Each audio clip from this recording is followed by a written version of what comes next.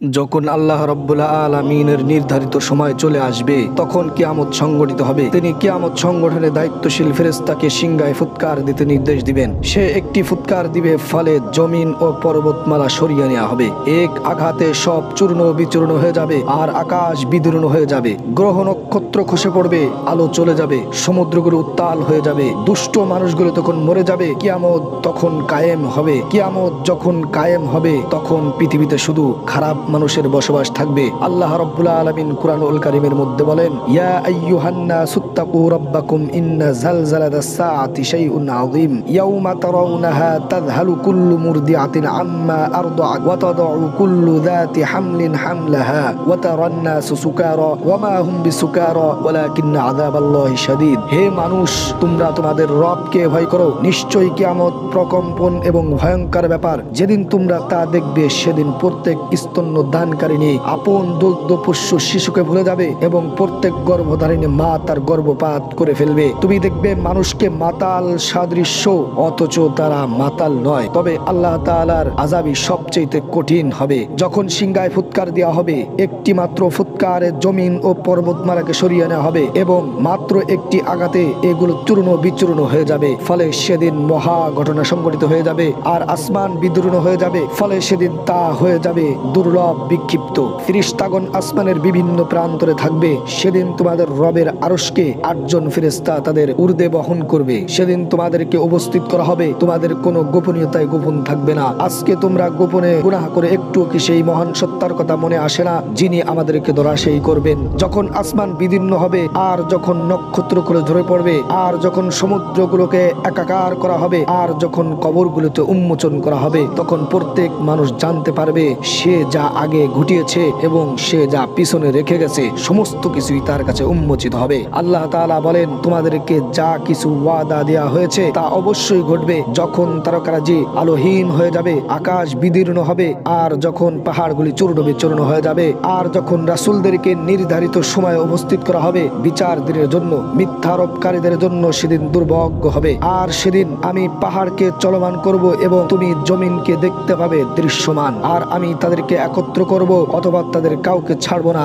আর তাদেরকে তোমার রবের সামনে উপস্থিত করা হবে কাতারবদ্ধভাবে। আল্লাহ তাআলা বলেন, তোমরা আমার কাছে এসেছো তেমনি ভাবে যেমনি ভাবে আমি তোমাদেরকে প্রথমবার সৃষ্টি করেছিলাম, বরং তোমরা তো ভেবেছিলে আমি তোমাদের জন্য কোনো প্রতিশ্রুত মুহূর্ত রাখিনি। আমলনামা যখন প্রকাশ করা হবে তখন তুমি অপরাধীদেরকে ভীতু দেখতে পাবে। তারা বলবে, হায় আমাদের ধ্বংস, এ কেমন আমলনামা, ছোট বড় কিছুই ছাড়ে নাই। তোমার রব কারো উপর জুলুম করবে না। হাদিস শরীফে এসেছে, আব্দুল্লাহ ইবনে আমর ইবনে আস রাদিয়াল্লাহু তাআলা থেকে বর্ণিত, তিনি বলেন, রাসূল সাল্লাল্লাহু আলাইহি ওয়াসাল্লাম ইরশাদ করেছেন, আমার উম্মতের মধ্যে দাজ্জালের আবির্ভাব হবে। সে 40 আমি জানি না 40 দিবস না মাস না বছর অবস্থান করবে। আল্লাহ রাব্বুল আলামিন ঈসা ইবনে মারইয়াম আলাইহিস সালামকে পাঠাবেন। তাকে উরওয়া ইবনে মাসউদের মতো দেখতে হবে। তিনি দাজ্জালকে খোঁজ করবেন ও হত্যা করবেন। এরপর মানুষকে 7 বছর এমন ভাবে কাটাবে, এরপর মানুষ 7 বছর এমন ভাবে কাটাবে যে দুজন মানুষের মধ্যে কোনো শত্রুতা থাকবে না। এরপর আল্লাহ রাব্বুল আলামিন উত্তর দিক থেকে হিমেল হাওয়া প্রবেশ করবেন।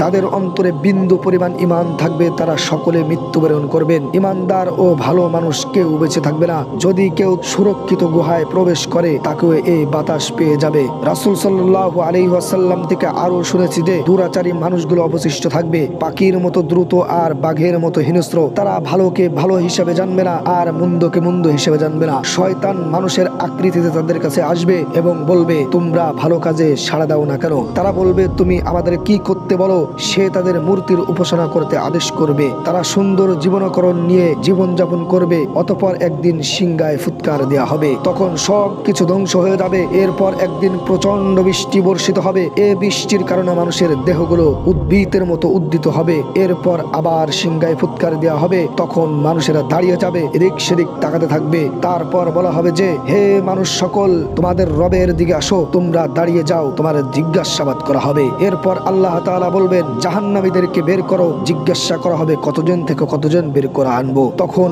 উত্তর দেয়া হবে, প্রত্যেক 1000 থেকে 999 জনকে বের করে নাও। রাসূল সাল্লাল্লাহু আলাইহি ওয়াসাল্লাম বলেছেন, সেটি এমন দিন হবে শিশুদের বিদ্ধ করে দিবে। এমন ভয়ানক দিন হবে যে শিশুদেরকে বিদ্ধ করে দিবে। আর এই দিনটিতেই আল্লাহ তাআলা নিজ পায়ের গোছা উন্মোচন করবেন। হাদিসটি থেকে আমরা যা শিখতে পারলাম, কিয়ামতের বড় আলামতের মধ্যে মধ্যে একটি হলো দাজ্জালের আবির্ভাব। কিয়ামতের বড় আলামতের মধ্যে একটি হলো ঈসা ইবনে মারিয়ামের আগমন। ঈসা আলাইহিস সালাম দাজ্জালকে শেষ করে দিবেন। এরপর সুখ শান্তির রাজত্ব কায়েম হবে, যা 7 বছর স্থায়ী হবে। রহমতের বায়ু প্রেরণ কিয়ামতের পূর্বে আল্লাহ তাআলা ঈমানদারদের মৃত্যু ঘটাবেন। এটিও কিয়ামতের একটি বড় আলামত। কিয়ামতের পূর্বক্ষণে পৃথিবীর কোনো ভালো মানুষ থাকবে না। হিংস্র দুরাচার ব্যক্তিদের উপর কিয়ামত সংঘটিত হবে। কিয়ামতের পূর্বে সর্বত্র শয়তানের তৎপরতায় পৌত্তলিকতা বা মূর্তি পূজার ব্যাপক প্রচলন ঘটবে। তখন মানুষ সচ্ছলতার সাথে সুন্দর জীবনযাপন করবে। মানুষের উন্নত জীবনযাপন দেখে বিভ্রান্ত হওয়ার অবকাশ নেই। এটা তাদের সত্যতা, সত্যবাদিতা বা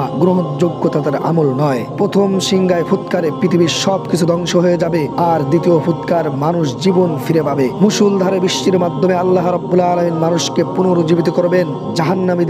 জাহান্নামীদের সংখ্যা অনেক বেশি হয়ে যাবে। জাহান্নামীদের সংখ্যা অনেক বেশি হবে। প্রতি 1000 মানুষে একজন বাদে সকলেই জাহান্নামে যাবে। আল্লাহ রাব্বুল আলামিন কিয়ামতের পর সেদিন পায়ের গোছা উন্মুক্ত করা হবে আর তাদেরকে সিজদা করার জন্য আহ্বান করা হবে, কিন্তু তারা সক্ষম হবে না। আল্লাহ রাব্বুল আলামিনের পা রয়েছে, তবে তা মহান সত্তার জন্য যেমন উপযোগী তেমনি মানুষের দেহের কিছুই অবশিষ্ট থাকবে না, থাকবে শুধু মেরুদণ্ডের একটি হাড্ডি। এটি দিয়েই কিয়ামতের দিন সৃষ্টি জীবকে আবার তৈরি করা হবে।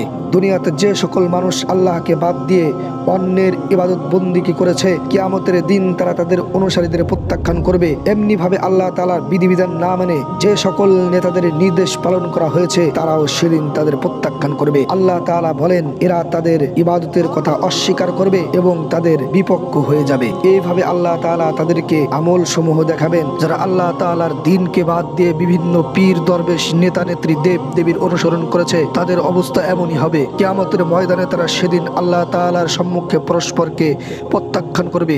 এতে অন্যকে দোষারোপ করে ঝগড়াঝাটি শুরু করে দেবে। আল্লাহ তাআলা আমাদেরকে সকলকে হেফাজত করুন। দাজ্জাল ও কিয়ামতের ভয়াবহতা থেকে আমাদেরকে মুক্তি দান করুন। আমিন।